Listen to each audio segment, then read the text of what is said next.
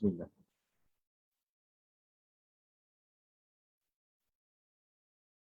Bismillahirrahmanirrahim.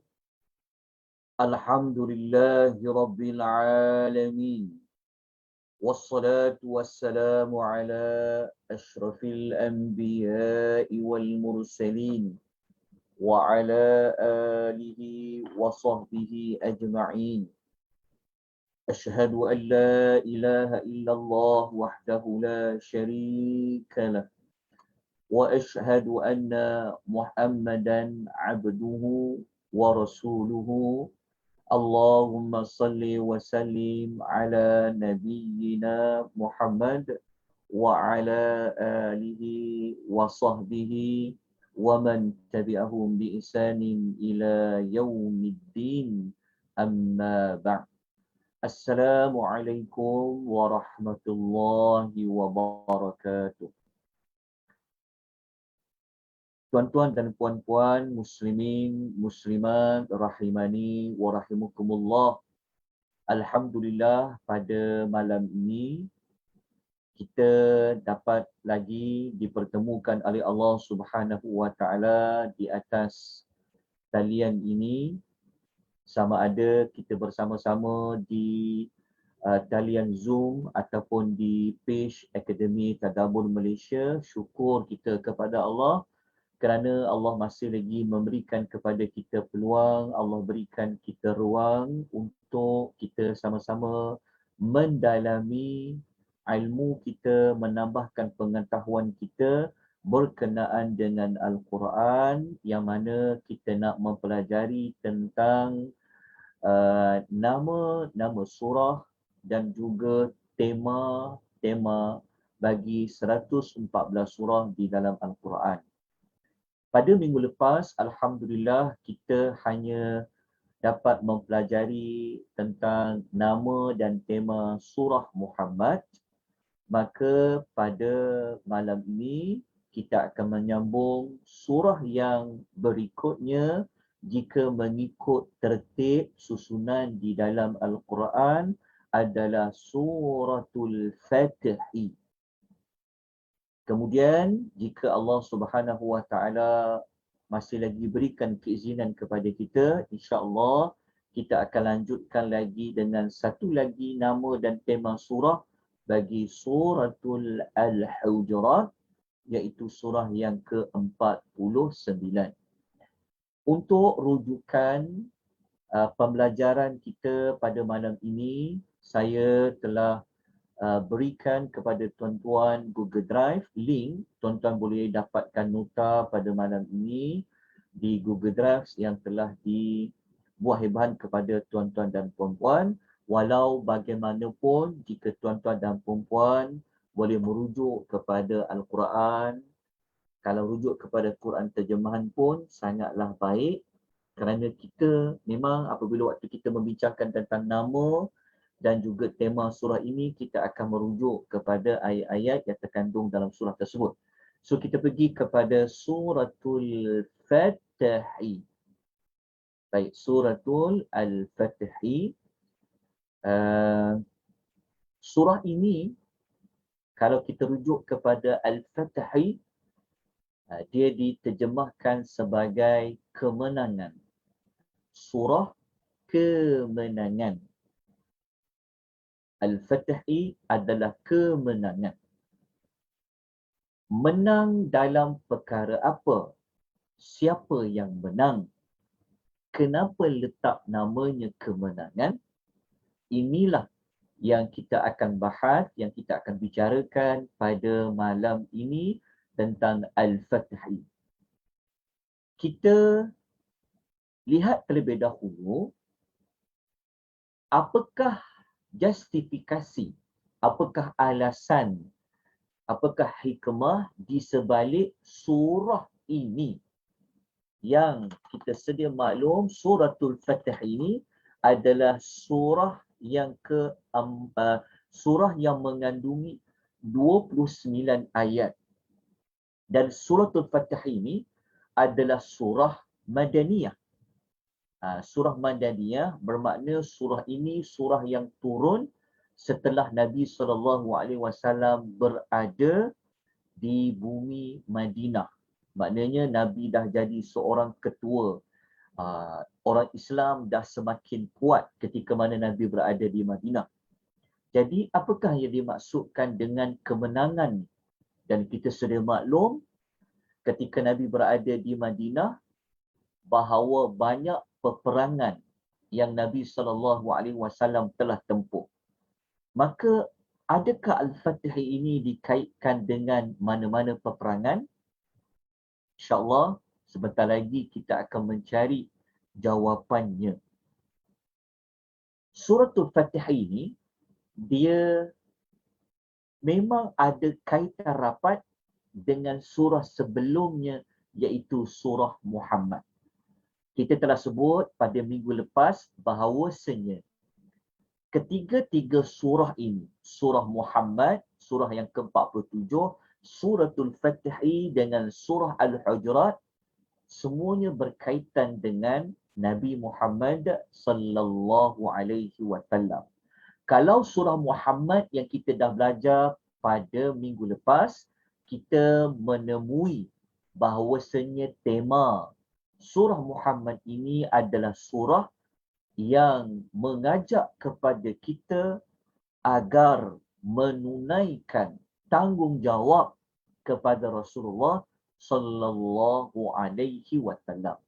Okey, bagi sesiapa yang dia terlepas ataupun dia tidak sempat mengikuti pengisian pada minggu lepas, tuan-tuan dan puan boleh melihat ulang siarnya.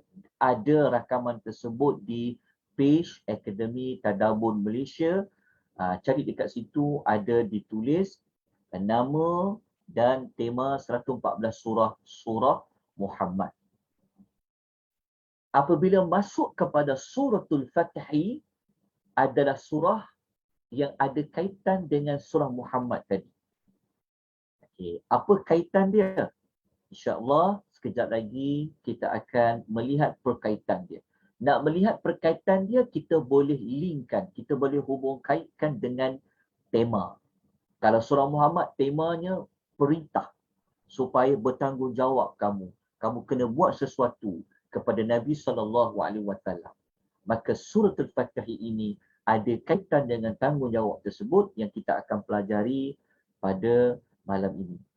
Baik, kita lihat dulu sebab kenapakah dipilih dengan perkataan Al-Fatah untuk dijadikan sebagai nama surah ini. Saya merujuk kepada kitab yang ditulis oleh Al-Ustaz Dr. Yang dikarang oleh Profesor Dr. Fahad bin Abdul Rahman bin Sulaiman Ar-Rumi. Buku ni memang khusus cerita tentang nama-nama surah. Ada banyak kitab Arab. Jadi tuan-tuan jangan bimbang, nota yang saya sediakan ini, ia adalah daripada beberapa rujukan kitab-kitab yang sebenarnya para ulama dah bahas dah panjang lebar tentang nama-nama surah di dalam Al-Quranul Karim, salah satu kitab ini.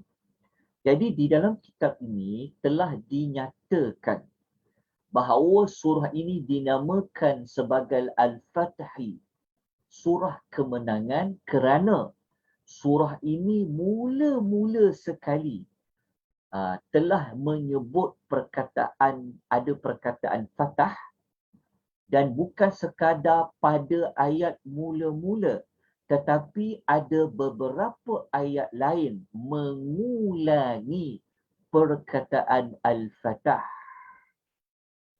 Yang mana perkataan Al-Fatah itu dikaitkan dengan kemenangan yang akan diperolehi oleh orang yang beriman.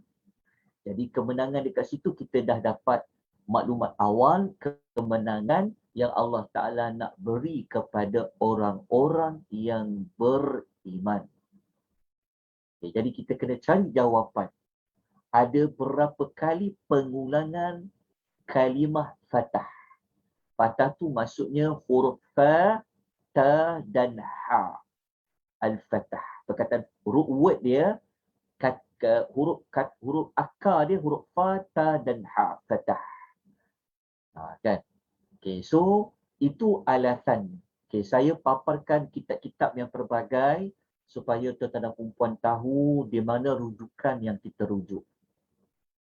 Baik, dah tahu apa alasan dia, jadi kita kena melihat dengan lebih lanjut mana ayat itu yang ada mengandungi perkataan Al-Fatah.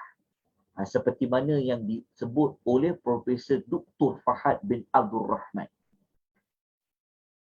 Ayat dia ada beberapa tempat. Jadi kita lihat dulu pada ayat yang pertama. Inilah jawapannya. Ayat pertama dimulakan dengan Allah menyebut a'udzubillahi minasyaitonirrajim. Inna fatahna laka fatahan mubina. Inna sesungguhnya kami fatahna telah memberikan. Fatahna maksudnya telah memberi kemenangan. Laka kepadamu.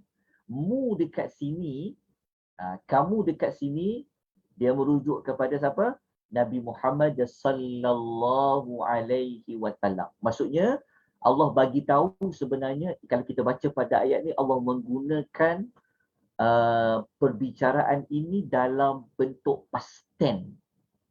Sesungguhnya kami telah memberi kemenangan kepada engkau. Ka dekat sini maksudnya Nabi Muhammad, kepada engkau wahai Muhammad, kemenangan yang bagaimana? Fatahan, kemenangan yang mubina, yang jelas nampak kemenangan tu. Jadi kita kena cari lagi, apa makna kemenangan di sini? Kita dah tahu sebab pemilihan dia, tapi kita belum lagi mendapat jawapan kemenangan apa? Perang apa yang menang sebenarnya? Okey. Setelah diteliti, ini para ulama bahaslah. Saya seorang pelajar ni hanya mengemukakan apa kajian yang telah dibuat oleh para ulama sebenarnya.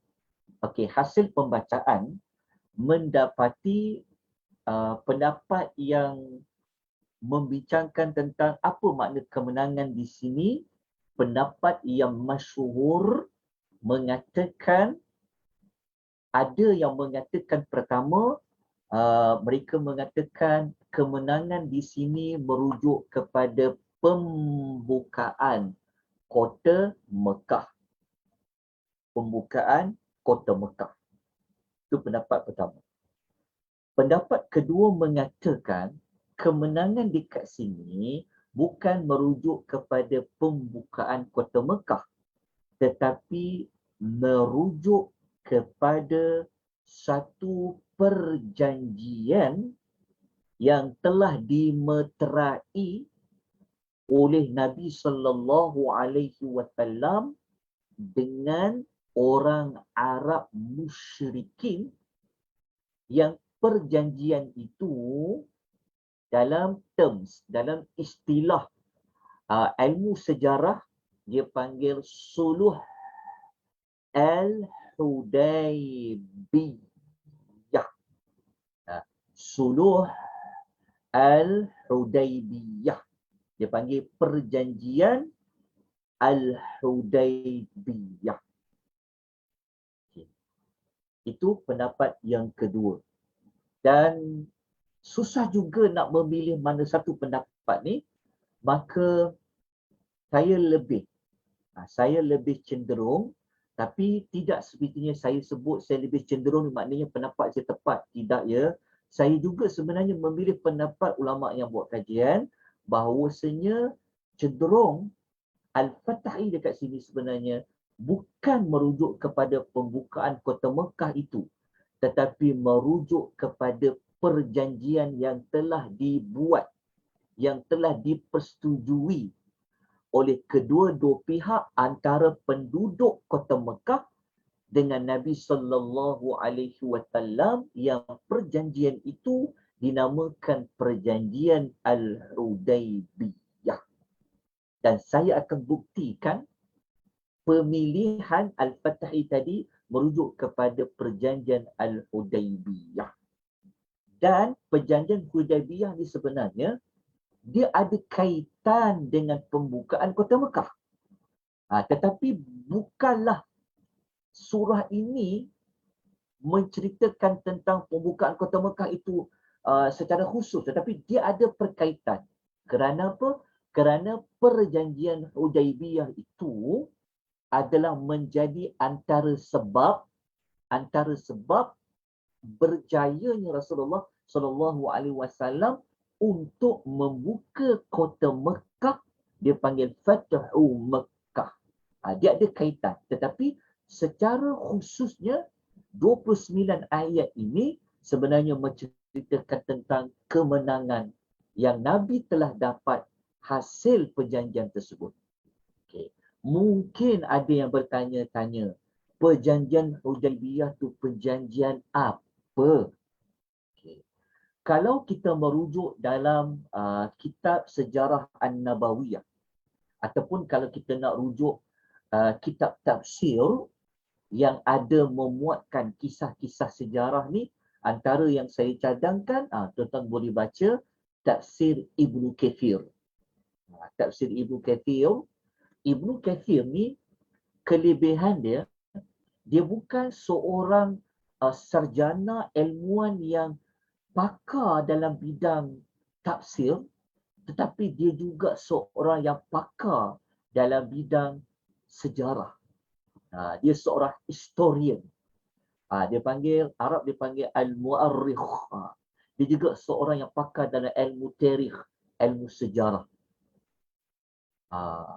Sebab tu, kalau tuan-tuan biasa, kalau siapa pernah belajar kisah-kisah Nabi kan, kalau nak belajar kisah-kisah Nabi, Nabi-Nabi dalam Quran, Rasul dalam Quran ni, salah satu buku rujukannya, para ulama mencadangkan rujuk buku tulisan Ibnu Kathir. Ibnu Kathir ni, buku dia terkenal, salah satunya adalah buku Qasasul Anbiya, kisah para Nabi. Kerana dia juga adalah ulama yang menguasai ilmu sejarah. Bahkan dia ada satu kitab yang berjilid-jilid pasal sejarah ni, pasal biografi sejarah, namanya adalah Al-Bidayatu wan Nihayah. Jadi, kalau nak baca buat sejarah ni, kalau dia nak combine sekali dengan tafsir, dua dalam satu, boleh baca Ibnu Kathir. Jadi Ibnu Kathir, sebenarnya dalam kitab tafsir tu dia cerita. Sebab tadi saya sebut perjanjian Hudaybiyah kan. Bila pula perjanjian tu? Apa tu Hudaybiyah? Okey, saya ulang apa yang dikemukakan oleh Al-Imam Ibnu Kathir rahimahullah subhanahu wa ta'ala. Ibnu Kathir dia ulas apa tentang Hudaybiyah. Begini. Suratul Fatah ini, saya hampir lupa sebut kelebihan dia. Okey. Suratul Fatah ini 29 ayat ni tuan-tuan, sebenarnya dia turun 29 ayat ni dia turun setelah Nabi balik daripada Hudaybiyah pada bulan Dzulqa'dah tahun 6 Hijrah. Kita catat maklumat ni. Surah Al-Fatah dia turun kepada Nabi SAW pada tahun 6 Hijrah. Kalau ikut Ibnu Kathir, dia sebut spesifik nama bulan tu. Bulan Dzulqa'dah tahun 6 Hijrah. Setelah Nabi balik daripada Hudaybiyah, balik pada Hudaybiyah, lepas Nabi balik pada Hudaybiyah tu, maka turunlah surah Al-Fatah ini pada tahun 6 Hijrah. Okey. Kenapa Nabi balik daripada Hudaybiyah? Okey. Sebenarnya Nabi SAW pada tahun itu, pada tahun 6 Hijrah itu, Nabi dengan beberapa rombongan para sahabat, dengan pasukan, dengan beberapa ratusan juga para sahabat, mereka sebenarnya nak pergi masuk ke Mekah untuk menunaikan ibadah umrah. Kita faham maksudnya cerita dia?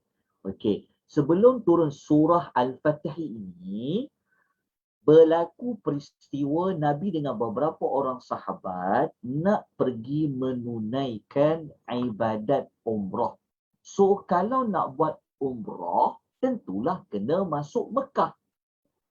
Tapi nak masuk Mekah, Mekah pada ketika itu dikuasai oleh orang-orang Arab musyrikin. Jadi, semasa Nabi sampai ke Hudaibiyah, maknanya Nabi daripada Madinah, nak on the way, nak pergi ke Mekah tu, Nabi singgah di Hudaibiyah. Hudaibiyah ni dia dikaitkan dengan ada satu tempat sumber air, telaga. So Nabi singgah dekat Hudaibiyah. Masa Nabi singgah kat Hudaibiyah tu lah, Nabi telah menghantar utusan supaya maklumkan terlebih awal kepada penduduk Madinah bahawa Nabi Muhammad SAW bersama dengan sahabat-sahabat orang Islam ni daripada Madinah ni nak masuk ke Mekah, nak buat ibadah umrah. Itu cerita dia pada tahun 6 Hijrah tu. Tetapi penduduk-penduduk Madinah tidak membenarkan Rasulullah SAW untuk menunaikan ibadat umrah pada ketika itu. Pada ketika Nabi dah sampai dah dekat Hudaibiyah tu, dah nak masuk, hanya para ulama cerita Hudaibiyah dengan Mekah ni lebih kurang dalam hampir 40 km lah. Maksudnya dah dekat dah dengan Mekah, tapi Nabi hantar dulu utusan bagi tahu bahawa Nabi nak masuk ke dalam Mekah, bukan nak buat apa, tapi nak menunaikan ibadat umrah. Tetapi orang Arab musyrikin menghalang Rasulullah SAW untuk menunaikan ibadat umrah pada tahun itu. Tetapi orang Arab musyrikin, mereka telah bersetuju supaya Nabi SAW datang ke Mekah tu tahun depannya. Bukan tahun itu, bukan tahun 6 Hijrah tu, tapi datang tahun depan. Tahun depan baru boleh masuk Mekah. Maka peristiwa itu berlaku antara kedua pihak, itu yang wujudnya dipanggil perdamaian, perjanjian Al-Hudaibiyah. Dalam perjanjian tu tidak boleh ada peperangan, gencatan senjata dan sebagainya. Itulah cerita dia. Tapi apa kaitan perjanjian Hudaibiyah itu sebagai satu kemenangan? Sebab kita sebut tadi bahawasanya Al-Fatih ini dikaitkan dengan perjanjian Hudaibiyah tadi. Kenapa ia dinamakan sebagai kemenangan? Dekat situ kita nak cari alasan dia. Kalau pembukaan kota Mekah, kita fahamlah memang nampak jelas kemenangan tu. Tapi kenapa perjanjian yang termeterai, yang Nabi setuju dengan cadangan tersebut, walaupun ada di kalangan para sahabat yang sebenarnya rasa berat hati sebenarnya untuk menerima cadangan tersebut. Kita dah sampai dah Hudaibiyah ni. Lepas tu ada kaitan dengan kisah Osman yang Nabi hantar utusan nak bagi tahu bahawa Nabi nak masuk Mekah tu. Osman tu dia tak balik-balik. Maka telah tersebar kata Osman dia dibunuh sebagainya. Maka para sahabat ni nak mengambil apa, nak ambil mereka nak ambil tindakan lah.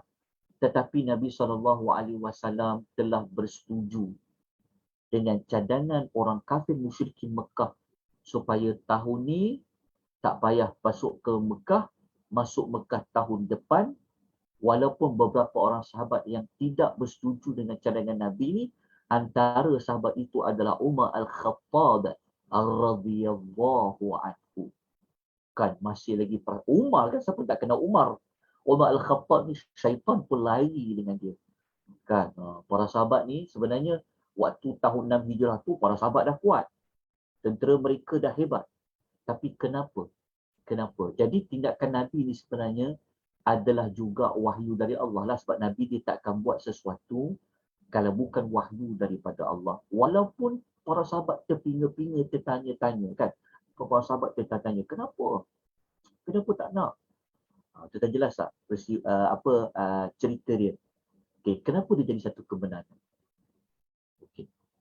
Setelah Nabi bersetuju dengan perjanjian tersebut, maka baliklah Nabi dengan pasukan-pasukan Nabi, dengan tentera-tentera Nabi, dengan para sahabat, baliklah nak pergi ke Madinah. Maka apabila mereka sampai di Madinah, itulah turunnya surah Al-Fatih ini.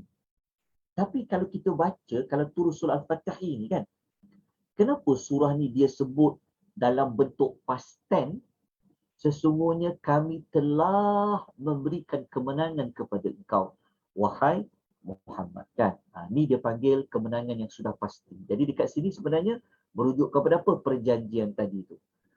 Okey. Surah ni, tuan-tuan dan puan, dia ada kelebihan dia. Kelebihan dia dari sudut keutamaan surah ni. Surah ni sebenarnya ketika dia turun dalam riwayat Al-Bukhari, kita boleh rujuk dalam hadis riwayat Bukhari, nombor hadis tu 4177, yang mana kata Nabi SAW. Nabi kata, laqad unzilat alayya laylata suratul lahiya ahabbu. Nabi kata, sesungguhnya benar-benar telah diturunkan kepada aku malam ini, kata Nabi. Kepada aku, kata Nabi, satu malam, kata Nabi, satu surah yang aku sangat sukai surah itu, mimma tala'at alaihi syamsu, daripada terbitnya matahari. Maknanya Nabi kata, telah diturunkan kepada aku pada satu malam satu surah yang aku sangat suka dengan surah tu. Kan berbanding sukanya aku terbitnya matahari. Maknanya Nabi sangat suka dengan penurunan surah itu. Surah apa? Sebenarnya adalah suratul Fatih. Nabi sangat gembira dengan surah itu. Okey, jadi Al-Fatih ini sebenarnya dia dikaitkan dengan perjanjian tersebut. Kenapa? Sebenarnya tindakan bijak yang Nabi buat tu, Nabi bersetuju tadi, sebenarnya Nabi banyak kebaikan yang para sahabat tak nampak sebenarnya. Sahabat tak nampak, tapi kan seorang Rasul kan. Kan dia berpandukan kepada wahyu. Orang biasa mungkin tak nampak, tapi Nabi sabar. Tindakan Nabi itu sebenarnya telah mendatangkan banyak kebaikan. Maka kebaikan-kebaikan itulah maklumat tu ada dalam surah Al-Fatih. Maksudnya apabila Nabi sampai balik daripada Hudaybiyah tu pada tahun 6 Hijrah tu, turun surah Al-Fatih ni kan. Maka dalam kandungan surah Al-Fatih ini sendiri, Allah Ta'ala telah menyebut apa kelebihan yang dapat, apa kebaikan dah dapat, apa kemenangan yang dah dapat tu. Maka maklumat itu ada dalam suratul Al-Fatih. Daripada peristiwa Hudaybiyah inilah, barulah berlakunya Nabi dapat tanah Khaybar. Lepas tu baru Nabi boleh membuka kota Mekah selepas daripada itu. Tetapi kita nak fokus kenapa namanya Al-Fatih, kemenangan dekat situ. Kita dah tahu dah dikaitkan dengan perjanjian Hudaybiyah. Kan? Apa di antara bentuk kemenangan tersebut?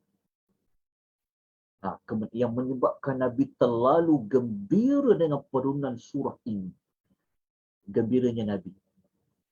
Kemenangan apa yang Allah Ta'ala nak beri? Okay. Apa kebaikan dia? Okey. Kita baca pada ayat berikutnya, tapi kita dah dapat dah dekat sini jawapan kan, perkataan Fatah kan. Diulang berapa kali pada ayat pertama, kita jumpa diulang oleh Allah sebanyak 2 kali. Ini pada ayat pertama. Tetapi bukan ayat pertama saja. Kalau kita buka pada ayat, saya tunjukkan ayat lain. Okay, kalau kita tengok pada ayat nombor 18, kita akan jumpa pada ayat hujungnya, Allah mengatakan فَأَنْزَلَ السَّكِينَةَ عَلَيْهِمْ وَأَثَابَهُمْ فَتَحًا قَرِيبًا. Kita jumpa perkataan fatahan di sini. Maknanya kita dah jumpa sebanyak 3 kali perkataan Al-Fatah tadi, kemenangan tadi. Kemudian kalau kita rujuk pada ayat yang satu lagi. Pada ayat nombor 27. Ni ayat yang dekat hujung-hujung dah bagi suratul Fatih kan. Surah Fatih ada 29 ayat kalau tak dia ada 20 betul lah. Dia ada 29 ayat. Okey, ini ayat hujung-hujung kita jumpa sekali lagi Allah menyebut perkataan dzalika fatahan qariba. Perkataan kemenangan tadi. Okey. Daripada maklumat inilah seperti yang diulas oleh Dr. Fahad sebentar tadi, disebabkan pengulangan perkataan Al-Fatah dekat sini, pada ayat 27 ada, ayat 18 ada, kemudian dibuka pada ayat pertama ada perkataan Fatah kat sini, menjadikan dipilih surah itu dengan nama Al-Fatah. Kita pun dah tahu, kita dah Alhamdulillah setakat ini kita dah diberitahu oleh Allah tentang kenapa surah tu dinamakan Al-Fatahi, dan kita pun dah nampak dengan jelas ayat yang mana yang ada menggunakan perkataan Al-Fatahi. Jadi kita nak lihat lagi tentang kemenangan tu kan. Kita nak tengok apakah bentuk-bentuk kemenangan, dan kita nak lihat macam mana, maksudnya surah ni kan cerita pasal kemenangan yang sebenarnya Nabi dah berjaya menang pun sebenarnya. Kan? Apabila perjanjian tu berlaku sebenarnya Nabi dah menang dah. Itu dikaitkan dengan nama perjanjian tadi tu. Okey, kita nak kukuhkan lagi tentang nama surah ni kemenangan, nak tahu dari istilah kemenangan tu, maka kita akan lihat beberapa bentuk ayat yang dikaitkan dengan kemenangan. Kita nak kukuhkan dulu tentang dalam ayat-ayat, dalam 29 ayat dalam surah Al-Fatih ini, memang ayatnya pattern ayat dia tu, style ayat dia tu, kalimah ayat guna tu memang ayat yang memang merujuk kepada kemenangan. Jadi kita ambil dulu maklumat tu, kita akan belajar. Okay, contohnya, okey, dekat dalam nota pada ayat nombor 3, tuan-tuan jumpa tak perkataan yang kalau tuan-tuan print mungkin tak jumpa warna hijau lah, tapi dalam nota tu dekat ayat nombor 3 kan, kita jumpa pada ayat wayansuruka. Wayansuruka ni, ini sebenarnya adalah pertolongan Allah kepada Nabi SAW, tetapi digunakan dengan kata kerja sekarang. Maksud dia apa? Maksud dia, kalau pertolongan kan namanya nasrun. Okey. Allah menolong. Macam ni. Ayat dia sebenarnya pasal tolong. Okey. Perkataan tolong ni kan dikaitkan dengan kemenangan. Kalau Allah tak tolong, tentu Nabi tak akan menang. Tapi cara Allah Ta'ala nak menyebut kemenangan ni kan, cara nak sebut menang ni bukan sekadar sebut Allah tolong engkau wahai Muhammad. Bukan sekadar tu. Tetapi Allah menggunakan perkataan Allah menolong tu, menggunakan pertolongan dalam bentuk kata kerja sekarang. Ataupun kita kata dengan present tense, ataupun disebut dengan fa'lul mudhari'. Okey. Dalam ilmu Quran, kalau Allah gunakan kata kerja sekarang, seperti perkataan wayansuruka, kata kerja sekarang, wayansuruka ni dia dikaitkan dengan Allah memberi pertolongan. Tapi cara Allah nak kata beri pertolongan tu, bukan pertolongan yang beri, lepas tu tak bagi dah. Tetapi Allah Ta'ala kata pertolongan yang Allah bagi kepada Nabi Muhammad ni, pertolongan yang sentiasa. Macam mana kita nak tahu pertolongan yang sentiasa? Sebab itu Allah gunakan kata kerja sekarang. Kata kerja sekarang, present tense, dia membawa makna sekarang dan sampai bila-bila. Itulah penggunaan kata kerja sekarang. Sebab tu dalam nota tu saya telah letakkan perkataan sentiasa. Dalam terjemahan mungkin tuan-tuan tak ada terjemahan tentang puan tu. Dekat ayat 3 ni Allah kata, dan Allah memberikan pertolongan kepadamu. Pertolongan ni, pertolongan dekat sini kan, kepadamu tu kepada Nabi Muhammad. Okey, inilah satu-satunya surah yang menyebutkan ayat Allah tolong dekat Nabi, tetapi pertolongan tu menggunakan kata kerja sekarang. Present tense. Kalau kita baca surah Idza jaa nasrullahi wal fath kan, menunjuk kepada pertolongan yang Allah telah tolong. Tetapi ayat 3 ni satu-satunya ayat di dalam Quran yang Allah Ta'ala kata Allah tolong Nabi Muhammad tapi menggunakan kata kerja yang menunjukkan Allah Ta'ala tu sentiasa akan menolong Nabi SAW. Kita mungkin tak perasan. Tapi dekat sini, wayan suruka ni adalah kata kerja yang sekarang. Tak ada perkataan yang macam ni pada ayat-ayat lain dalam surah yang lain. Kenapa? Inilah dia kata, inilah maklumat, inilah sebenarnya yang mengukuhkan tentang Al-Fatih tadi tu adalah cerita tentang kemenangan. Sebab tu Nabi sangat-sangat gembira dengan turunnya surah ni. Okey, dah jelas ya maklumat yang saya nak paparkan ni. Okey, kita tengok lagi pada bentuk ayat yang lain. Ni kita nak analisis ayat. Okey, kalau kita tengok bentuk lain, sekejap. Kita lihat pada ayat ni. Kita lihat pada ayat ni. Okey. Ni. Kalau kita lihat pada ciri ayat ya. Ciri ayat tu maksudnya kalau kita lihat dalam suratul Fatih, surah Al-Fatih ini merupakan salah satu daripada surah, maksudnya ada surah lain. Okey, kena take note maklumat ni. Okey, take note maklumat ni. Sekejap Okey, ni. Saya nak alihkan ni. Ada tu AirShot King Okey, sekejap ni.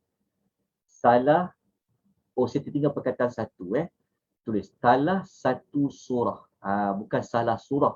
Salah satu. Maafkan saya. Punya gembira baca suratul Fatih ini macam mana Nabi gembira. Siapa tertinggal perkataan satu. Sebenarnya salah satu surah. Tolong tulis perkataan salah satu surah.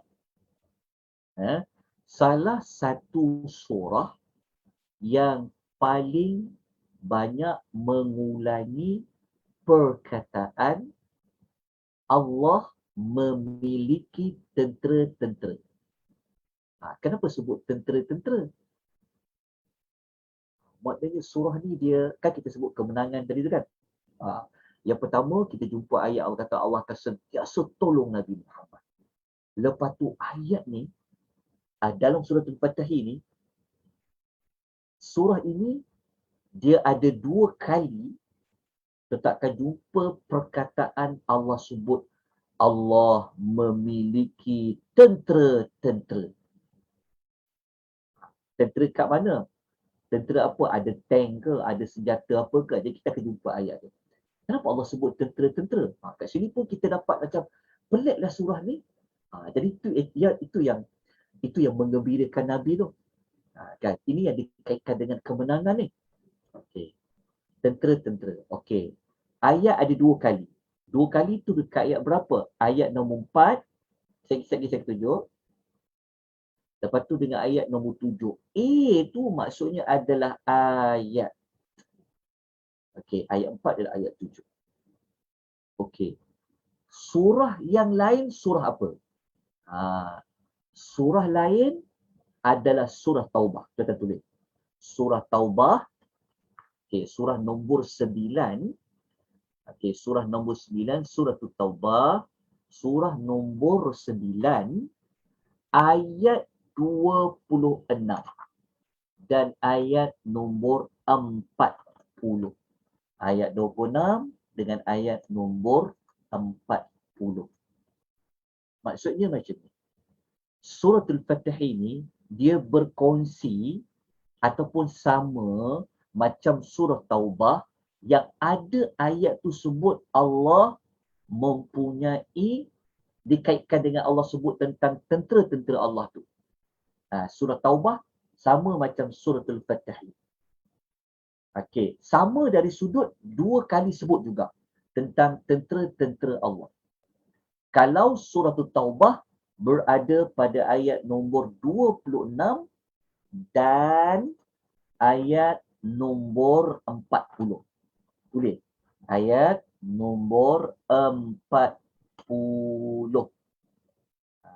Ayat nombor 40. Okey, jelas? Jelas Okey, dah tulis. Okey, surah Taubah ayat nombor 26. Kalau tulis muka surat dia, muka surat nombor 190 dan ayat nombor 40, muka surat 193. Lepas habis kelas ni, cepat-cepat buka surah Taubah, bulatkan, tandakan. Cari perkataan tentera dekat situ. Okey. Sama banyak dengan surah Taubah. Cuma ada perbezaan pada penggunaan tentera. Walaupun sama banyak, surah Taubah sebut 2 kali tentera-tentera Allah, surah Al-Fatih pun sama, cuma ada perbezaan dia lagi. Sangat beza. Ada perbezaan lagi. Okey. Dah dapat maklumat ni. Okey, cuba kita tengok ayat dia. Okey. Ayat 7 ni, tadi dengan ayat berapa? Ayat 4. Ayat 4 sebenarnya ada dekat permulaan dia. Ni, waktu kita baca dekat sini, ayat 4 kan? Ada. Dia dekat nota permulaan dia. Lepas perkataan ayat 3 Allah tolong tadi dekat sini. Sudah hijaukan. Tulisan warna hijau. Okey. Jumpa tak perkataan ni? Tentera tu dia panggil ni. Junudun. Junud. Junudun ni maksudnya tentera-tentera. Dia plural. Kalau satu tentera dia panggil al-jundu. Kalau banyak tentera dia kata junud. Junud. Okay, junud. Okay, kalau kita baca ayat ni, maksud dia tak ada tempat lain, surah lain. Bayangkan kalau kita ada 6,236 ayat, faham ya? Tidak ada ayat yang ribu-ribu tu yang ada ayat sama macam Al-Fatih sebut tentang tentera. Kecuali At-Taubah tadi. Maknanya ada sesuatu yang membezakan dengan maklumat lain kan? Okey, kalau kita baca dekat sini, Allah Ta'ala kata, walillahi junudus samawati wal ard. Allah bagi Allah, walillahi ni bagi Allah. Maknanya kita terjemah dia, Allah memiliki. Junud, tentera-tentera. Tentera kat mana? As-samawat, di langit-langit, wal ardi, dan tentera di bumi.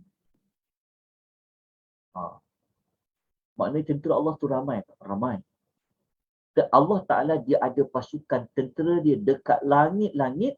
Langit tu maksudnya 7 lapisan langit dan juga pada 7 petala bumi. Dekat bumi ni ada tentera Allah. Okey, kata jelas tak? Faham Okey. Ayat yang macam ni sekali lagi diulang oleh Allah pada ayat nombor 7. Nombor 7. Allah kata, walillahi junudus samawati wal ard. Allah memiliki tentera-tentera langit dan bumi. Okey, jelas. Okey, tuan-tuan tak jumpa ayat seperti ini dalam surah lain. Okey. Ayat seperti ini yang kata Allah memiliki tentera langit dan bumi. Tentu ada sebab. Kenapa surah ni dipilih untuk diletakkan ayat ini? Ya. Itu kita sebut kemenangan tadi tu. Kan ayat ni turun, Nabi belum masuk kota Mekah lagi. Betul kan? Belum lagi. Nabi belum buka kota Mekah lagi. Ha, tetapi hasil Nabi berjaya buat perjanjian tadi, Allah keluarkan ayat yang bentuk macam ni. Oh, macam mana Nabi tak nak tidak gembira? Kan? Maksudnya memang akan menang lah. Memang akan menang. Sebab Allah sebut ayat Allah ada tentera-tentera di langit dan bumi. Okey. Kalau tuan-tuan sempat nanti buka dalam surah Taubah, seperti mana ayat yang saya sebut tadi tu, ayat nombor 26 dengan 40, tuan-tuan tak jumpa ayat yang macam ni. Memang Allah Ta'ala sebut tentang tentera, tapi ayat dia tak sebut pun tentera langit dan bumi. Allah cuma sebut dalam surah Taubah. Okey, contohnya Allah sebut perkataan tentera yang Allah kata tentera yang kamu tak dapat lihat. Perkataan tu je Allah sebut. Jadi kalau kita buka pada surah Taubah ayat 26, saya minta maaf sebab saya tak tempat nak ambil ayat tu untuk dipaparkan pada tentera perempuan. Tapi kalau tuan-tuan ada Quran, tuan-tuan buka muka surat nombor 190 pada ayat nombor 26 bawah sekali. Dia ayat tu dia duduk bawah sekali. Ya Allah mengatakan wa anzala junudan lam tarawha. Allah kata dan kami telah turunkan tentera Allah kata tentera yang kamu tak dapat tengok. Itu je perkataan dia. Allah kata kami telah turunkan tentera yang kamu tak nampak. Itu saja perkataan dia. Tak sama macam surah Al-Fatih. Okey. Lepas tu kalau kita baca ayat nombor 40, surah Taubah tadi kan. Muka surat 123 kalau kita ada Quran terjemahan. Ayat 40 surah Taubah itulah ayat yang Nabi dengan Abu Bakar Siddiq radhiyallahu anhu menyuruh di dalam gua Thur. Waktu Nabi nak hijrah, kan on the way, Nabi nak masuk ke Madinah, Nabi ni dia menyuruh terlebih dahulu dengan Abu Bakar Siddiq di dalam gua. Siapa yang ikuti tadabbur suratul Kahfi pada minggu lepas, seperti hari esok kita akan buat lagi siri sambungan dan kita dah terangkan jawapan kenapa pemuda Al-Kahfi tu dia pergi gua. Kerana gua ni memang salah satu tempat untuk mencari perlindungan, cari nak berlindung. Maka Nabi berlindung dengan Abu Bakar dekat situ. Kan tuan-tuan baca ayat 40 tu, Allah Ta'ala hantar tentera kepada Abu Bakar dengan Nabi ni. Allah mengatakan wa ayyadahu bi junudin lam tarawha. Allah Ta'ala kata dan kami telah kuatkan, kami telah kukuhkan Nabi ini dengan tentera-tentera yang kamu tak nampak. Dia sama, surah Taubah ni disebut tentera-tentera yang tak nampak. Di sini surah Taubah merujuk kepada malaikat. Merujuk pada malaikat. Tetapi dekat surah Taubah bukan sekadar malaikat. Sebab malaikat tu dia mesti di langit. Sebab malaikat ni tempat tinggal dia, dia punya camp dia, kalau kita kata tentera camp lah, tapi bukanlah kita masuk sama macam camp tentera. Maksudnya tempat malaikat ni, kan malaikat ada sayap kan. Tempat tinggal mereka adalah di langit. Patut kata tentera-tentera di langit. Tapi sangat berbeza Al-Fatih, bukan tentera langit saja. Allah kata Allah memiliki tentera-tentera di bumi. Tentera-tentera di bumi. Nanti dekat Suratul Kahfi pada esok pagi saya akan terangkan siapakah di antara tentera-tentera Allah yang telah membantu penghuni gua tersebut. Allah Ta'ala ni dia ada tentera-tentera dekat muka bumi tuan-tuan. Kita jangan kita kena ambil maklum pasal benda ni kan. Jadi tengokkan berbeza ayat dia kan. Tentang Al-Fatih ni. Macam manalah Nabi kata tak gembira Nabi berbanding langit dan bumi. Maksudnya kalau keluarlah cahaya matahari tu, seolah Nabi kata lebih suka turunnya surah ni.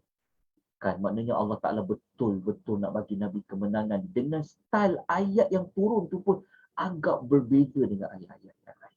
Kalau kita nak belajar, kita tak sempat nak kita nak dapat maklumat macam ni, betul tak? Saya sendiri pun wallahi, saya tak akan dapat maklumat ni jika saya tidak mengambil tanggungjawab untuk berkongsikan ilmu Allah tentang nama dan tema surah ni. Kalau fikir penat tu penat juga sebenarnya. Rasa macam tak nak dah buat kelas. Tapi saya memikirkan Allah masih lagi beri kita kekuatan ni. Sebenarnya banyak ilmu kita belajar pada nama surah. Kita tak jumpa maklumat macam ni, kita nak cari. Kalau kita nak belajar, sekadar belajar tafsir ayat, belajar tadabbur ayat, kadang-kadang kita tak jumpa maklumat seperti ini dan surah Taubah. Okey, kita jelas apa yang ingin saya sampaikan pada tuan-puan. Dan maklumat tambahan, tentera-tentera yang kita tak nampak pada surah Taubah yang 40 tadi tu, dia sebenarnya adalah malaikat. Apabila dia malaikat, maka jawapan itu telah menafikan yang kita selalu dengar cerita. Kalau cerita Nabi berhijrah, mesti orang kata yang lindung Nabi dekat gua Sur tu ada sarang laba-laba, ada sarang burung merpati. Itu semua riwayat yang tidak sahih. Yang tepatnya ayat tu sebut sendiri terang-terang Allah Ta'ala hantar malaikat sebenarnya. Bukan burung merpati, bukan burung merpati dengan sarangnya, bukan juga ada laba-laba. Tak ada. Tapi adalah pada malam Allah menghantar adalah malaikat. InsyaAllah satu modul baru yang kita akan mulakan mungkin dalam minggu depan kot, daripada 2 minggu lagi. Nota tu saya dah buat dah, saya dah ada pun nota tu, cuma saya nak kena tambah baik lagi. Kita akan belajar tentang tajuk malaikat. Kita akan belajar tajuk tentang malaikat secara bersiri. Maknanya, kita akan kupas tajuk malaikat dalam Quran, malaikat di dalam hadis Nabi, supaya kita dapat memantapkan pengetahuan kita tentang siapakah itu malaikat. Kita akan buat modul tu. Ni saya letakkan modul ni di bawah tajuk siri-siri alam gaib. Sebab sayang kita orang mukmin yang beriman malaikat, beriman pada para malaikat, beriman pada malaikat, tapi cerita malaikat pun kita tak menguasainya. Jadi saya pernah saya ada nota tersebut tentang malaikat ni, ada dalam berbelas siri juga. InsyaAllah nanti kita akan buat tajuk malaikat tu. Saya tengah cari hari dia. Maybe kemungkinan sama ada hari Sabtu ataupun hari Ahad. InsyaAllah saya tengah susun jadual dia. Sebab saya dah ada nota tadi, nanti kita akan kongsi pasal malaikat. Siapa belajar pasal malaikat, dia akan rasa takjub dengan malaikat. Malaikat yang bersayap kan.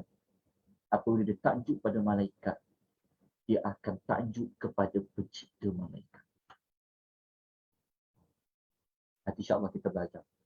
Saya memang dah susun maklumat tu. Kita belajar insyaAllah. Tentang tentera-tentera Allah di langit, iaitu para malaikat. Okey, tuan-tuan, dapat jawapan ni jelas ya tentang dua ciri yang kedua ni sebut tentang tentera-tentera langit dan bumi. Okey, kemudian kita tengok maklumat lain. Maklumat lain, tuan-tuan, kalau kita lihat dekat sini. Ini adalah ciri yang ketiga yang kita nak kukuhkan maklumat tentang macam mana bentuk kemenangan tu. Maksudnya ayat ni sebenarnya bukan sekadar kita jumpa perkataan kemenangan Al-Fatihi tadi tu. Tapi ayat-ayat lain ni pun dia mengukuhkan kepada maklumat nak dapat kemenangan tu. Allah nak bagi kemenangan tu. Okey. Antaranya kita lihat di sini. Surah Al-Fatihi ni merupakan salah satu dari 3 surah yang ada menyebut ayat ini. Tak ada dekat surah lain. Maknanya, ni menarik ni juga kan, belajar tentang ayat. Okey. Ni salah satu dari 3 surah. Salah satu dari 3 surah. Maknanya tak ada surah keempat, tak ada surah kelima. Sedangkan kita belajar Al-Quran ada 114 surah. Tetapi hanya Allah memilih 3 surah saja. Diletakkan ayat seperti ini. Tak ada pada surah lain. Kenapa? Kan? Jawapan dia, kalau kita kenal Allah, Allah Ta'ala tidak pernah meletakkan ayat, susun ayat, sebut ayat kalau tak ada sebab. Tidak. Sama sekali tidak. Mesti ada sebab. Okey. Pertama, kita kena cari dulu maklumat. 2 surah lain tu surah apa? Okey. Dalam nota tu, saya dah sebut dah surah apa. Dapat tak maklumat ni? Surah yang 2 yang lain tu, sebab kita sebut 3 surah kan? Surah yang lain tu adalah Taubah ayat 33 dan surah ketiga As-Saff ayat nombor 9. Okay. 3 surah ni saja Allah telah memilih untuk diletakkan ayat-ayat ini. Surah Taubah ayat 33, surah As-Saff ayat nombor 9 dan surah Al-Fatah ayat nombor 28. Ni ayat hujung dah ni. Surah Al-Fatah. Tapi kita lihat dulu ayat dia ayat apa ni? Ayat tentang apa ni? Kita baca ayat dia. Walladhi arsala rasulahu bil huda wa dinil haqq liyudhhirahu 'ala ad-dini kulli. Dia sampai dekat sini dia sama. Walladhi arsala rasulahu bil huda wa dinil haqq. Dialah iaitu Allah yang telah mengutuskan Rasulnya iaitu Muhammad dengan membawa hidayah dan agama yang benar. Itu maklumat dia. Okay. Allah kata, Allah lah yang telah menghantar Nabi Muhammad sallallahu alaihi wasallam ini kepada manusia untuk menyampaikan hidayah, memberi petunjuk dan menyebarkan agama yang benar. Allah kata agama yang benar, iaitu agama Islam. Untuk apa? Untuk apa? Liyudhhirahu ala dini kulli. Ala dini kulli. Supaya apa? Supaya Allah Ta'ala tu memenangkan dan meninggikan atas agama yang lain. Daripada perkataan ayat ni, ayat liyuzhirahu ala dini kulli ni, perkataan liyuzhirahu ni, kan Allah Ta'ala nak memenangkan dan meninggikan. Dekat ayat ni ada berbentuk kemenangan tak? Kalau kita baca ayat ni, ada bentuk kemenangan tak?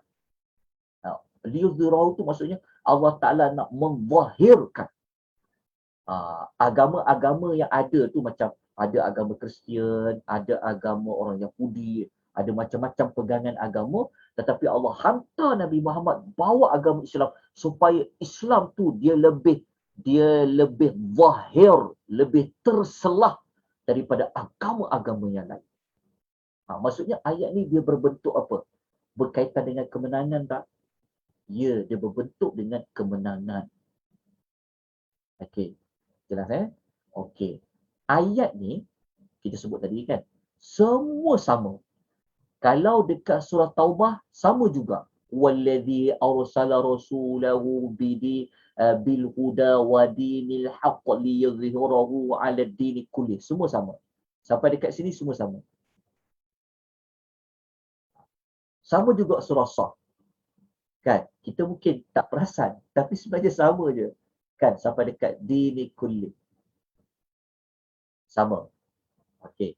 Tetapi surah At-Taubah ujungnya ada beza. Allah kata, walau karihal musyrikun. Sama macam surah Saff. Walau karihal musyrikun. Walau karihal musyrikun ni maksudnya apa? Walaupun dibenci oleh orang musyrikin. Samalah. Walau karihal musyrikun, walau karihal musyrikun. Okey. Surah Taubah dengan Saff sama ayat dia. Kan? Sama juga dengan surah Al-Fatih. Cuma beza Al-Fatih kat mana? Kalau kita perasan ada beza. Beza kat sini. Tengok Allah kata apa. وَكَفَى بِاللَّهِ شَهِيدًا. Nampak kan? وَكَفَى بِاللَّهِ شَهِيدًا. Apa maksudnya? Cukuplah Allah menjadi saksi. Mana lagi kuat ayat dia? Mana lagi kuat? Kuat pertolongan Allah tu. Kan? Kalau kita baca ayat daripada huwallazi sampai dini kulli, kita tahu dah memang Islam akan menang. Islam kan dibawa oleh Nabi. Kan Allah kata Allah akan menangkan Islam tu. Okey. Sama, surah Saf pun sama, surah Taubah pun sama tadi. Kan? Tetapi dekat suratul Fatih ada perbezaannya pada hujung. Ayat ni dia lagi kuat. Bukan sekadar Allah kata menangkan Islam tu. Tapi Allah kata cukuplah Allah menjadi saksi atas kemenangan tu. Kita tengok kan lagi kuat tu kan. Kalau Allah jadi saksi, kan berbeza tak? Berbeza tak dengan ayat yang ni? Tengok ayat yang sebelah ni. Ayat sebelah ni, walau dibenci oleh kaum musyrikin, walau dibenci oleh kaum musyrikin. Berbeza tak dengan Allah kata wa kafa billahi syahida, cukuplah Allah menjadi saksi. Kan ada beza. Maknanya ayat ni 28 ni lebih kuat maknanya daripada ayat nombor 33 dan ayat nombor 9. Maknanya ada bukti kemenangan tak yang Allah nak beri kepada Nabi yang menyebabkan Nabi sangat gembira. Nabi sangat gembira dengan kandungan ayat ini. Ini belum buka kata Mekah lagi. Kita belum cerita lagi tentang surah An-Nasru. Nanti waktu kita belajar surah Idza Jaa Nasrullah, kita akan dapat kemenangan lagi. Tapi ni belum buka kata Mekah lagi. Ayat dia dah. Ayat-ayat yang kata kau akan menang, Muhammad, kau akan menang. Kami ada tentera langit dan bumi. Kami akan sentiasa tolong kau, wahai Muhammad. Okey. Dah dapat maklumat tadi?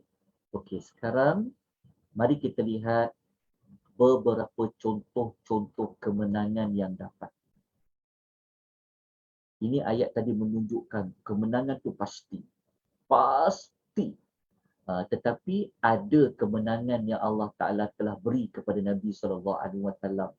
Hasil kebijaksanaan Nabi memilih untuk tidak masuk ke Mekah pada tahun 6 Hijrah. Itu Nabi berpatah balik. Kan, walaupun ada di kalangan para sahabat yang tak setuju, Nabi Allah kata itulah kemenangan. Nak tahu kemenangan apa? Antara contohnya, mari kita baca ayat nombor 2. Ayat nombor 2. Ayat nombor 2 ni, kalau kita betul-betul menganalisisnya, amati betul-betul, dekat sini kita dah nampak. Sebenarnya surah Al-Fatih ini banyak kemenangan. Antaranya tengok Allah kata apa? Antara kemenangan yang dia berdapat kebaikan dia. Allah Ta'ala mengampunkan kesalahan Nabi yang lalu dan yang akan datang. Walaupun kita tahu Nabi ni dia maksum. Tetapi ayat ni nak menyebut kesempurnaan. Maksudnya kemuliaan Nabi. Tetap bayangkan kalau Allah Ta'ala turunkan ayat, Allah Ta'ala kata, engkau ni dosa kau buat yang lalu dan akan datang akan diampunkan. Kita gembira. Sebab tu orang berpuasa pada hari semalam. Kan berpuasa untuk 10 Muharram. Sebab apa? Sebab nak dapat kelebihan Allah mengampunkan dosa-dosa yang telah lalu. Kita berharap sangat pada Allah bagi orang berpuasa untuk Allah menghapuskan dosa. Tetapi Nabi SAW turun ayat yang kata Allah Ta'ala akan liyaghfira laka Allahu ma taqaddama min dhanbika wa ma ta'akhkhar. Allah akan mengampunkan kesalahanmu yang lalu dan yang terkemudian. Bukankah itu satu kemenangan yang besar? Dapat bebaskan diri daripada dosa. Lepas tu Allah Ta'ala sebut lagi, wa yutimma ni'matahu 'alaika wa yahdiyaka siratan mustaqima. Dan Allah Ta'ala juga akan menyempurnakan nikmat-Mu kepadamu dan memimpinmu kepada jalan yang lurus. Tuan-tuan, kalau Allah pimpin kita, Allah bimbing kita jalan yang lurus ni, maksudnya kita ke syurga, tuan-tuan. Bayangkan Nabi dapat maklumat ni, tuan-tuan. Bukankah itu kemenangan? Tuan-tuan, buka kata Mekah, tujuan besar Nabi kan nak berdakwah. Kan nak bagi orang masuk kepada Islam kan. Jadi Allah Ta'ala sebut dah awal-awal. Allah akan pimpin Nabi, Allah akan tolong Nabi dan sebagainya. Lepas tu, kita tengok lagi kemenangan lain. Ayat 44 ni, tuan-tuan, ada lagi kemenangan tu. Kemenangan dekat sini, kan, Allah Ta'ala telah tenangkan hati para sahabat. Kita baca ayat ni. Saya minta tuan-tuan buat salinan penambahan maklumat, boleh tak? Sedikit penambahan maklumat dari sudut ni. Sekejap, ya. Saya buat salinan tadi. Okey, begini. Ayat ni, Allah Ta'ala kata apa? Huwallazi anzala as-sakinata fi qulubil mu'minin. Dekat sini, dia ada ayat ni. Allah telah menurunkan ketenangan. Ketenangan. Ke dalam hati orang yang beriman. Kenapa Allah turunkan ketenangan? Ingat tak tuan-tuan tadi kita sebut mula-mula, kan ada sahabat yang tak setuju dengan tindakan Nabi nak buat perjanjian tadi kan. Kalau kita alam menyelup perkasam, dia sampai ke pakai lengan kan. Alam kita dah sampai dekat Hudaybiyah ni, kita masuk ke dalam Mekah tu, kita serang dia orang. Betul tak? Para sahabat semangat. Kan berani macam Umar. Tapi Nabi mengambil jalan, tak apa, kita deal. Kita terima perundingan tu. Jadi, hasil daripada sahabat-sahabat ni dengar cakap Nabi, walaupun hati mereka membara kan, tapi Allah Ta'ala telah turunkan ketenangan pada hati-hati orang beriman. Ni kalau para sahabat tu lah. Kan? Mereka memang dah ada iman. Mereka dah ada iman ni, maksudnya mereka ikut cakap Nabi tu dah ada iman.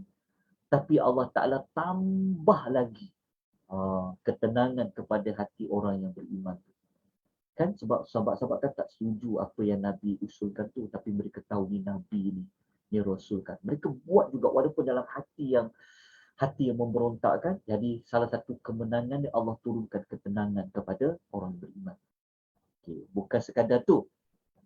Kita baca lagi kemenangan lagi yang lain. Lepas tu ayat 5. Allah kata baca ayat 5, apa kemenangan yang paling besar? Allah kata liyudkhilal mu'minina wal mu'minati jannatin tajri min tahtihal anharu khalidina fiha. Tuan-tuan, kalau kita baca ayat ni, apa para sahabat dapat? Allah Ta'ala memasukkan orang beriman itu, sama ada dia lelaki ke, dia perempuan ke mana?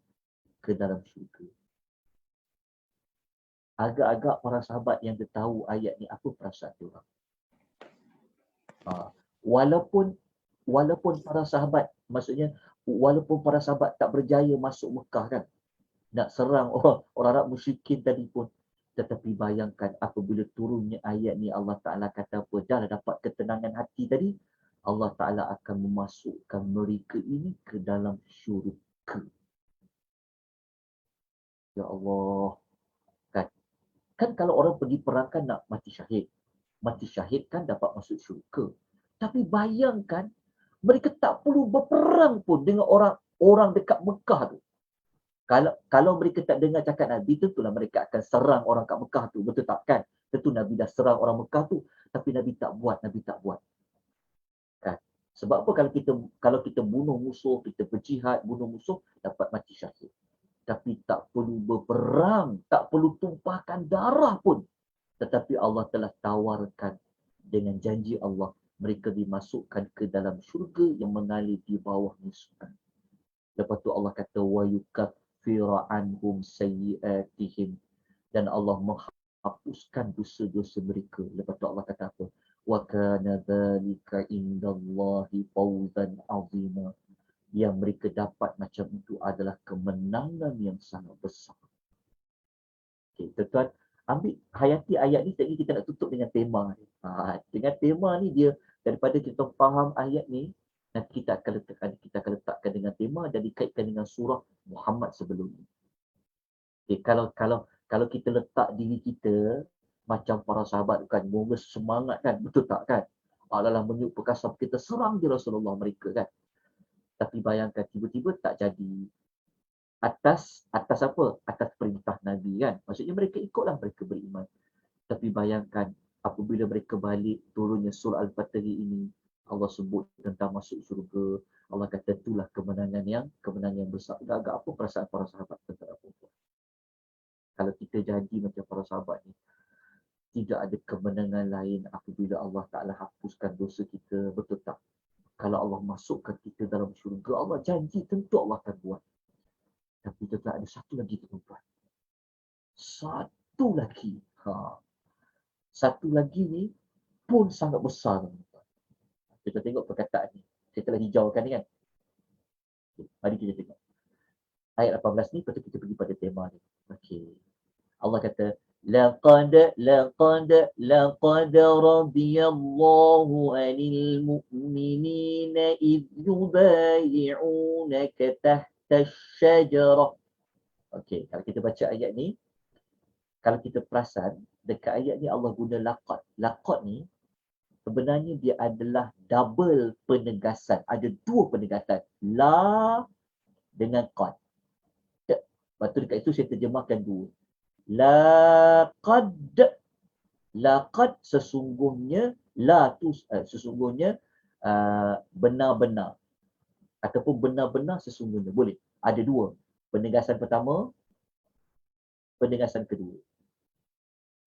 Kita mungkin tak perasan dekat sini. Tapi ada dua penegasan. Apa penegasan yang Allah nak kata apa? Allah Ta'ala kalau tak guna laqad pun, kita dah tahu Allah Ta'ala tak akan tipu. Allah Ta'ala akan tunaikan janjinya. Betul tak? Allah Ta'ala tidak pernah memungkiri janji. Inna Allah la tuqiful mi'akan. Tapi kenapa Allah kata sesungguhnya benar-benar? Nak bagi lagi yakin tu. Bertambah keyakinan tu, Allah Ta'ala kata apa? Sesungguhnya benar-benar Allah telah meredai orang yang beriman. Tuan-tuan, dapat perkataan Allah redha ni. Ya Allah, inilah kita duk cari-cari dalam hidup kita ni.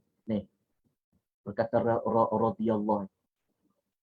Ya Allah, inilah yang kita duk cari-cari dalam hidup kita ni tuan ni. Bersengkang mata, korban harta, wang ringgit, menghadapi musibah, ujian dalam hidup. Sebenarnya kita nak cari redha Allah.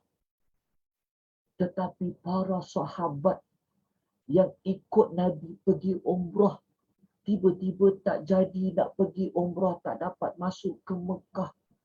Sebab mengikut apa tindakan Nabi, turun surah Al-Fatih ini, Allah Ta'ala kata mereka akan termasuk dalam redha Allah. Sehingga kan Allah kata, laqad radiyallahu. Kita tuan-tuan kalau kita termasuk redha Allah tuan-tuan. Redha Allah ni tuan-tuan, dia lebih nilai dia daripada syurga. Tuan-tuan, kita nak tahu tak redha apa? Tetapi para sahabat, mereka telah dapat redha Allah Ta'ala ni. Bukankah itu kemenangan yang hakiki? Dan kenapa mereka dapat redha Allah di sini? Sebenarnya kalau kita baca ayat, ketika mereka berjanji tak setia kepadamu di bawah pokok. Di bawah pokok ni sebenarnya cerita dia, kan waktu mereka dengar berita Uthman kena bunuh tu, Uthman ditangkap, tak dipulangkan. Kan sebab Nabi kan hantar utusan nak bagi tahu Nabi nak masuk Mekah. Maka mereka isytihat, kita perang lah. Kita buat pada dendam kan. Tempat tu yang mereka buat perjanjian tu dekat sebawah pohon. Di bawah pokok. Menjadi tak setia dengan Nabi. Maksudnya mereka buat perjanjian. Kalau macam kita macam letak tangan ke kan, kita sama-sama janjian macam tu. Maka dibuat perjanjian taat setia kepada Nabi. Kita akan taat pada Nabi, kita akan tolong Nabi, kita akan buat apa saja untuk Islam, korbankan apa saja. Kita panggil taat setia di bawah pohon itu.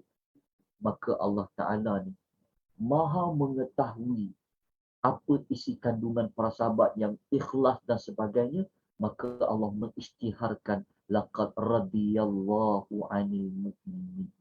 Betul Allah kata, maka dengan itu ternyata dia Allah mengetahui apa yang terkandung dalam hati mereka. Tengok. Allah Ta'ala tahu yang sahabat memang ikhlas. Mereka memang akan korbankan harta, korbankan nyawa, jiwa sekalipun. Tak setia dengan Nabi dan Islam. Maka daripada peristiwa ini, Allah Ta'ala turunkan ayat yang membuat perakuan bahawa mereka termasuk dalam mereka Allah. Bukankah ayat ini menggembirakan Nabi Sallallahu Alaihi Wasallam? Kalau kita baca dalam hadis-hadis yang sahih, ada para sahabat, hadis itu menyebut sahabat yang buat perjanjian dengan Nabi di bawah pohon ni, ada yang mengatakan dalam hadis disebut dalam 114 orang. 114 orang yang termasuk dalam ayat ini. Sebab tu kalau ada orang mengkafirkan para sahabat, kita boleh guna ayat. Macam orang-orang Syiah ni, yang Syiah-Syiah yang ekstrim. Mereka mengkafirkan Umar, mereka kata Umar ni kafir, dia kata Abu Bakar ni kafir dan ramai sahabat yang kafir. Tetapi kalau dibaca ayat Quran ni, Allah telah redha orang beriman. Umar Al-Khattab, yang orang-orang Syiah yang ekstrim, yang menuduh Umar tu kafir. Umar ada tahu, termasuk dalam ayat ni. Jadi ayat ni boleh digunakan untuk membantah orang yang mengkafirkan para sahabat. Okey. Dia punya kesimpulannya kita tengok pada tema. Pergi pada tema. Maka tema surah Al-Fatih ini saya rujuk dalam kitab Dilalatul Asma'i Suwaril Quraniyah yang dikarang oleh Al-Fadhil Dr. Adi Hasan Arfan. Kitab ni bahasa Arab tapi belum ada terjemahan. Kalau ada terjemahan, ya Allah, sangat-sangat bermanfaat. Saya ada niat untuk terjemahkan tetapi tak cukup tenaga. Kan? Tak ada, maknanya tak cukup tenaga untuk menterjemahkan dengan waktu sebagainya. Okey, tema surah ni apa? Tema surah ni, inilah tema dia. Allah Ta'ala nak terangkan kepada kita hasil kebaikan dan faedah orang yang beriman kepada Allah, beriman kepada Rasul. Setuju tak? Kan tadi kita dapatikan ayat ni turun menyebut tentang apa para sahabat dapat, apa orang beriman dapat, betul tak? Dapat ketenangan, dapat masuk syurga, Allah redha, Allah nak tolong. Kenapa mereka dapat semua benda itu? Jawapannya adalah kerana itulah hasil, itulah kebaikan, faedah yang mereka dapat apabila mereka ikut dan dengar cakap Rasul, walaupun hati itu membara nak masuk ke Mekah. Tetapi kerana mereka beriman, dengar cakap Rasul tadi, sebab apabila dengar cakap Rasul, maka dengarlah cakap Allah. Maka Allah membuktikan apakah kebaikan dan faedahnya. Dan kalau kita ambil surah ni, dikaitkan dengan surah Muhammad tadi tu, maksudnya kalau surah Muhammad, kita dapat maklumat, surah Muhammad kata kita kena buat sesuatu dekat Nabi. Kita ada banyak benda kita buat dengan Nabi. Tapi mungkin orang bertanya-tanya, apa kami dapat kalau kami ikut Nabi? Apa kami dapat sekian-sekian kan? Maka kita boleh gunakan suratul Fatih. Maka suratul Fatih kata apa? Korang nak tahu korang boleh dapat apa hasil korang beriman kepada Nabi? Korang bertanggungjawab kepada Nabi tu kamu dapat apa? Surah Al-Fatih memberikan antara contoh-contoh jawapannya. Sebab itu kita dapat mengetahui, oh rupa-rupanya disusun macam tu ya. Surah Muhammad, lepas tu nak masuk suratul Al-Fatih. Wallahu ta'ala a'lam. Jadi, kesimpulan dia adalah suratul Fatih tadi. Al-Fatih tadi tu, saya lebih memilih kepada Al-Fatih. Kemenangan itu adalah merujuk kepada peristiwa perjanjian Al-Hudaybiyah yang telah dilakukan oleh Nabi dengan beberapa orang para sahabatnya. Wallahu ta'ala a'lam. Allah lebih mengetahui daripada kita apakah sebenarnya Al-Fatih itu. Dah selesai surah Al-Fatih, ada persoalan apa-apa? Sebab kita pun dah pukul 10.40, tadi kita boleh pukul 9 suku kan? 10, 9 suku, habis 10 suku. Oh, kita dah dekat 1 jam setengah. Tak terasa pun saya ni dah dekat. Saya perlahan saya terang ya. Moga-moga tuan-tuan perempuan boleh ikuti ya. Alhamdulillah. Okey. Malam ni tak sempatlah nak masuk surah Hujurat. Surah Hujurat ni saya perlukan waktu yang panjang juga. Jadi kita tak perlu nak terkejar-kejar. Yang paling penting kita faham. Walaupun kita tak belajar 29 ayat, tapi dengan belajar nama, dengan belajar tema, dengan belajar ciri-ciri ayat pun, kalau bagi saya lah, saya tak tahu pihak tuan-tuan perempuan, kalau bagi saya macam, yalah, saya rasa, yalah saya faham lah surah Al-Fatih itu. Kan, kita pun dapat jawapan apa berkaitan dengan surah sebelumnya.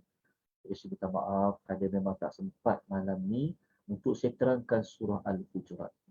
Tapi nanti minggu depan, kita guna nota yang sama dalam surah Al-Hujurat. InsyaAllah minggu depan saya bagi lagi nota untuk surah Qaf. Minggu depan kita belajar juga surah Qaf. Surah Qaf. Kalau kita belajar surah Al-Fatih ini, kita dah sampai juzuk 26. Okay, minggu depan saya bagi nota tambahan untuk surah Qaf. Menarik surah Qaf ni, kita study dulu. Surah Qaf ni adalah ayat-ayatnya banyak guna huruf Qaf, Qaf, Qaf, Qaf, Qaf. Kenapa Allah tak guna Kaf? Kenapa guna Qaf? Ada sebab. Kalau Allah guna Qaf kan bunyinya agak kuatkan. Qaf. Beza dengan Kaf. Ada beza. Kalau Qaf ni dia lembut sikit. Kan? Bunyinya pun tidak berdentu seperti Qaf, Kaf. Kenapa Allah pilih Qaf? Pemilihan huruf Qaf itu bersesuaian dengan ayat-ayat penceritaan dalam surah Qaf. Nak tahu jawapannya? InsyaAllah kita bersama-sama nanti pada minggu hadapan. Dan pada minggu hadapan kita akan ulas terlebih dahulu tentang Hujurat. Apa makna Hujurat? Maknanya adalah bilik-bilik. Kenapa? Apa kaitan dengan bilik? InsyaAllah kita akan terang pada minggu hadapan untuk pengukuhannya. Ada pertanyaan, persoalan? Ustaz nak tanya. Ya. Okey, macam surah yang sekarang kita baca ni kan, dia pasal kemenangan kan. Dan juga surah An-Nasr ni pun kemenangan juga. Ya, betul. Tapi dia ada kaitan ke? Sebab yang An-Nasr ni dia lebih kepada berjayanya dia untuk kuasai tanah Mekah, suci Mekah ni kan. Ya. So maksudnya sebelum surah tu diturunkan surah Al-Fath ke macam mana? Ya. Sebelum turunnya surah Idza Jaa Nasrullah, surah Al-Fatih dulu lah. Maksudnya Al-Fatih ni dia adalah surah yang memberikan gambaran awal tentang kemenangan Nabi nak bebaskan kota Mekah tu. Pembukaan kota Mekah tu ada kaitan dengan Al-Fatih tadi. Faham maksudnya surah An-Nasr ni dia adalah surah yang hujung-hujung dah sebenarnya. Maksudnya An-Nasr tu dia berlaku pada, tak silap saya, pada 8 ke, saya lupa pada tahun Hijrah. Tapi dia memang berlaku selepas, dia memang turun selepas Al-Fatih pula. Nanti saya rujuk balik. Wallahu ta'ala tentang selepas sebelum tu. Tapi kira dua-dua surah ni diturunkan sebelum terjadinya benda tu ya? Ada beza sikit. Kalau surah An-Nasr, ulama khilaf. Ada yang mengatakan Idza Jaa Nasrullah, ada mengatakan lepas Nabi buka kota Mekah tu baru turun surah Idza Jaa. Ada mengatakan sebelum. Ada khilaf. Tapi kalau kita baca ayat tu kita akan dapati lebih nampak surah Idza Jaa Nasrullahi wal Fath tu memang dikaitkan setelah Nabi berjaya membuka kota Mekah. Sebab ada ayat tu dia berbunyi wa ra'aitan nasa yadkhuluna fi din. Sebab lepas buka kota Mekah tu telah viral di semenanjung Arab tentang Nabi masuk Mekah, tak bunuh orang, sangat aman. Kan orang masuk Islam tu berbondong-bondong. Tu yang afwaja tu. Masuk Islam berbondong-bondong. Tetapi masuknya Islam tu berbondong-bondong, beramai-ramai tu setelah pembukaan kota Mekah tu dikaitkan juga. Jadi itulah perbahasan yang dapat saya kongsikan maklumat tu terlebih dahulu. Wallahu ta'ala a'lam. Baik, ada soalan dekat chat tak? Tak ada. Okey. Terima kasih banyak-banyak kepada semua. InsyaAllah besok kalau ada kelapangan, boleh kita bersama-sama mentadabbur suratul Al-Kahfi jam 10.30 pagi. Nota on the way.